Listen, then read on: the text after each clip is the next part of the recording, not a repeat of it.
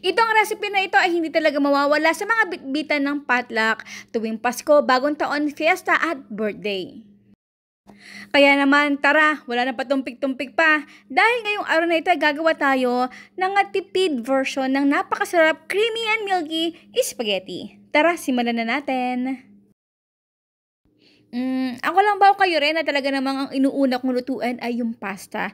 Kasi guys, kapag ito ay niluluto at talaga namang kumakatas yung pinaka-pasta natin dito sa pinagpapakuluan natin tubig, ito talagang ginagamit ko sa paghahalo natin sa spaghetti sauce kasi nakakatulong ito na mas lalo pang lumasa at lumapot yung ating sauce. Lutuin lang ito as per the package siya kasi depende yan sa brand ng inyong nabili. May ibang 8 minutes at may iba namang 10 minutes. At sa katulad kong medyo busy at hindi na ako nakapunta talaga sa palengke para bumili ng giniling, eto na, syempre meron tayong stock dito ng hotdog. Lagi naman may hotdog sa bahay. Nagkataon talaga na hindi pa ito nagagalaw. At yung aking recipe for today ay talaga ng mga nataon lang na may tumawag sa akin na may pang-potluck ka ba dyan? Sabi ko, oo naman may pang-potluck ako dito. Naisip ko agad, syempre spaghetti.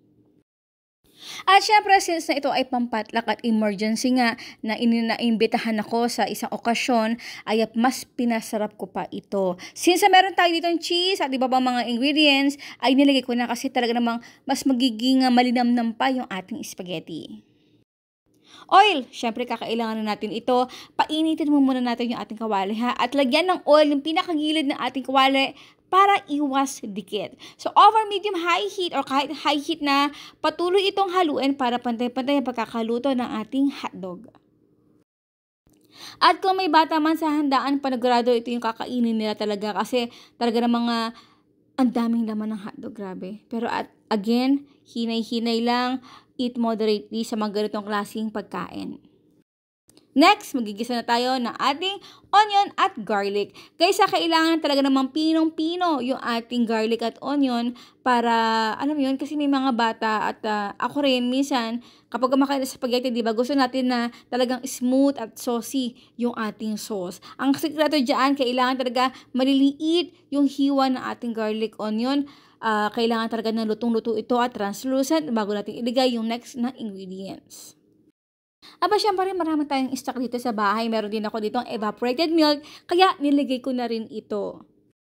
Sa mga pampalasa, maglagay tayo dito ng asin paminta, pero kung meron kayong mga paprika powder, patis, ayan, maglagay din tayo.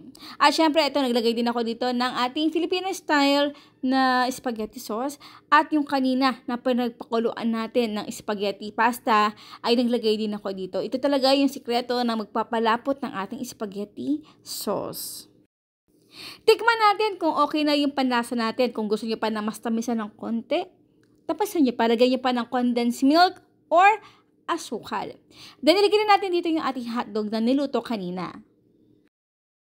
Kung meron kayong isang kalan lang, yung single stove lang, siguro aabot tayo dito ng mga 1 hour sa pagluluto. At kung naman dalawa ang inyong stove, ay kahit mga 30 minutes, kayang-kaya to.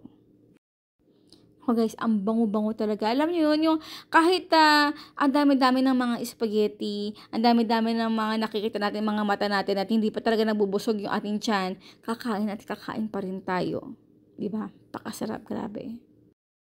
And now is done, our cheesy, milky, napakamalinam na, masarap na spaghetti. Filipino style.